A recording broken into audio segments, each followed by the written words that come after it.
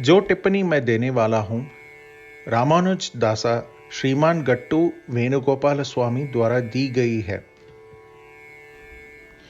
अध्याय 2 सांख्य योग श्लोक 12। नत्वेवाहं जातुनासं नत्वं नेमे जनाधिपाः न चैव न भविष्यामः सर्वे वयम् अतः परम्। ओम। भगवान श्री कृष्ण अर्जुन को सिखा रहे थे कि अर्जुन, ऐसा कोई समय नहीं था जब मैं नहीं था, मैं प्रारंभ से मौजूद था। इसी तरह ऐसा कोई समय नहीं था जब तुम भी नहीं थे, तुम पहले भी मौजूद थे। तुम ही नहीं, यहां जितने भी राजा महाराजा और सैनिक हैं, कभी ऐसा नहीं समय नहीं था जब वे भी नहीं थे, वे पहले से ही थे। अर्जुन, भविष्य में भी ऐसा समय कभी नहीं होगा जब हम सभी, मैं, तुम, ये सभी राजा और सैनिक, हर कोई अस्तित्व में नहीं रहे। भविष्य में भी हम मौजूद रहेंगे। इसका अर्थ है कि हम सब भूतकाल में भी थे, वर्तकाल में भी हैं और भविष्य में भी रहेंगे। इस तरह भगवान श्री कृष्ण अर्जुन को शिक्षा दे रहे थे। भगवान श्री कृष्ण कह रहे थे, अर्जुन, मैं सर्वव्यापी हूं, मैं हर जगह फैला हुआ हूं और हर जगह मौजूद हूं। मैं सभी शरीरों में विद्यमान हूं, इसलिए मुझे परमात्मा कहा जाता है। अर्जुन, तुम केवल अपने शरीर के विस्तार तक फैले हुए हो या मौजूद हो, इसलिए तुम आत्मा के रूप में जाने जाते हो। अब मैं इस शरीर में विद्यमान हूं, तो क्या मैं पहले नहीं था? नहीं, मैं तब भी अस्तित्व में था। क्या मैं भविष्य में अस्तित्वहीन रहूंगा? नहीं, मैं अब भी मौजूद रहूंगा। तो अतीत में मैं मौजूद था या विद्यमान था। वर्तमान में तुम मुझे देख सकते हो। भविष्य में भी अस्तित्व में रहूंगा, बस एक और शरीर में। सब शरीरों में और सब जगह उपस्थित रहना मेरा स्वभाव है।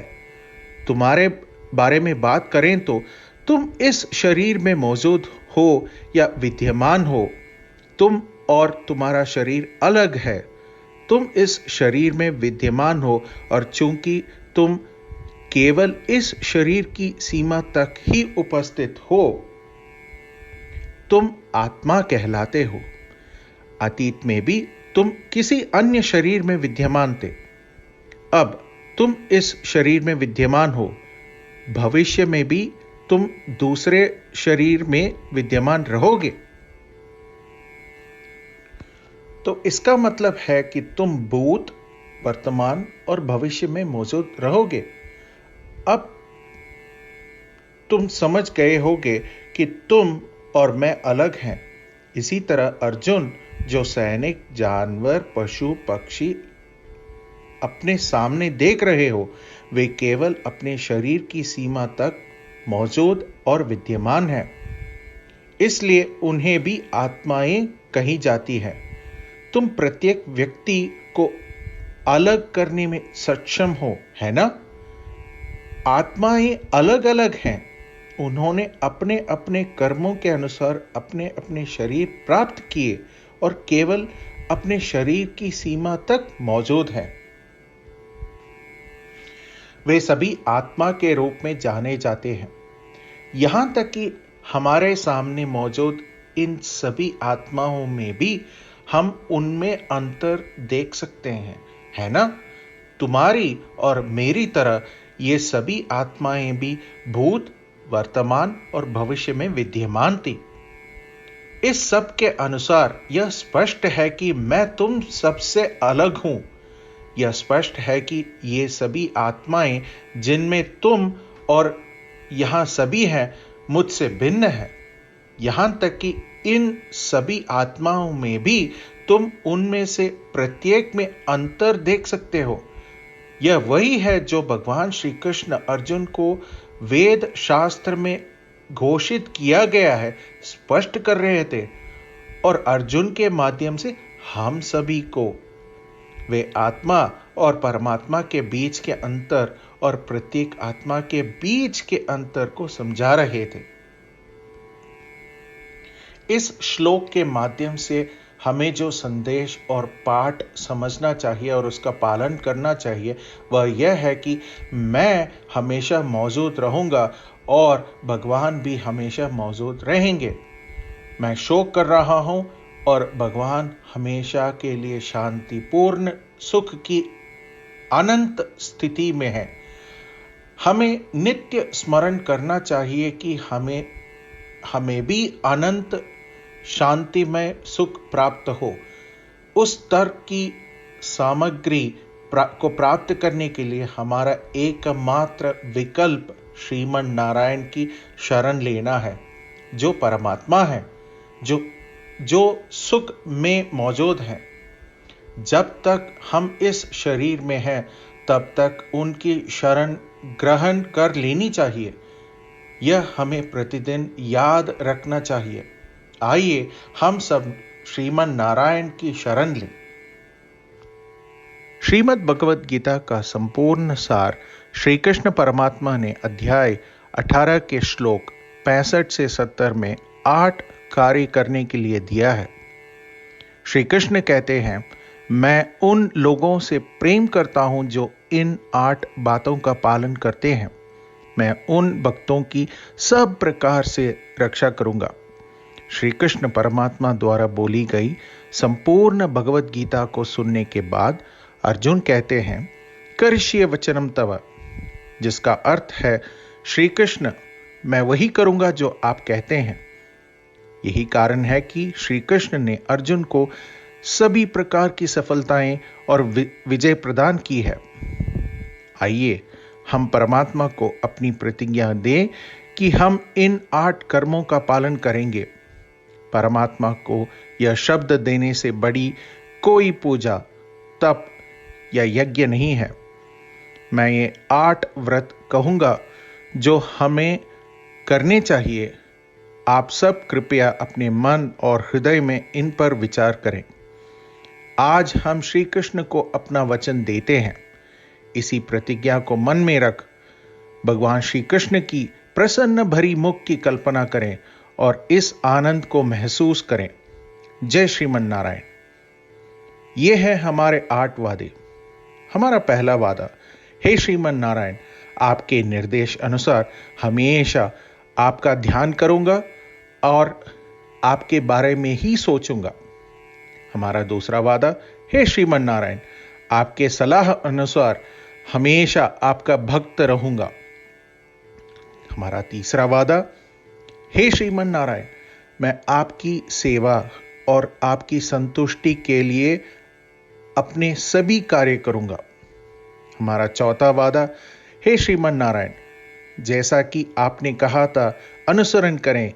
मुझे बहुत विश्वास है कि मैं आपका हूं और मैं हमेशा अपने हाथ एक साथ जोड़ूंगा और आपको नमस्कारम करूंगा और आपकी पूजा करूंगा।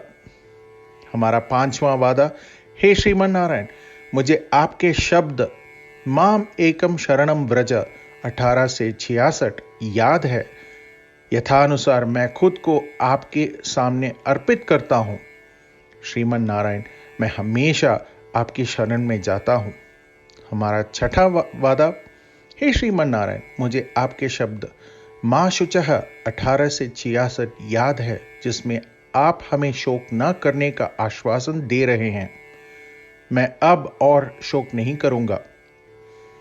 हमारा 7वां वादा, हे श्रीमन नारायण, आपने हमारे लिए श्रीमद् भगवद गीता प्रदान करके हम सभी को अनुग्रहित और आशीर्वाद दिया है।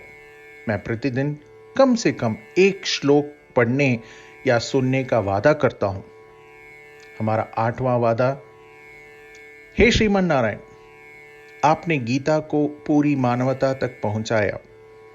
मैं गीता में आपके दिव्य शब्दों को उन भक्तों तक पहुंचने की कोशिश करूंगा जो गीता से अपरिचित हैं। हमने अभी अभी परमात्मा को अपने 8 वचन दिए हैं।